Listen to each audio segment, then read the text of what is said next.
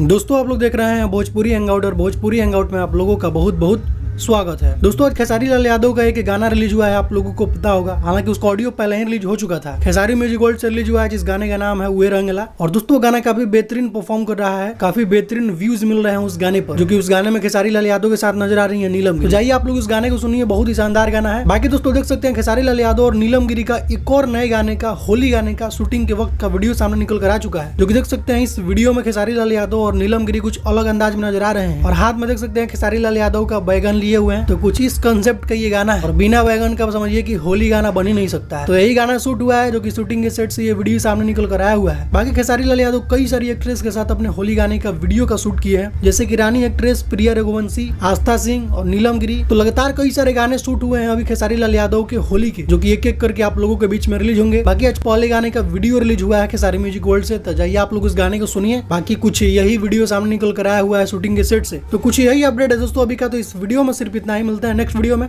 Thank you so much.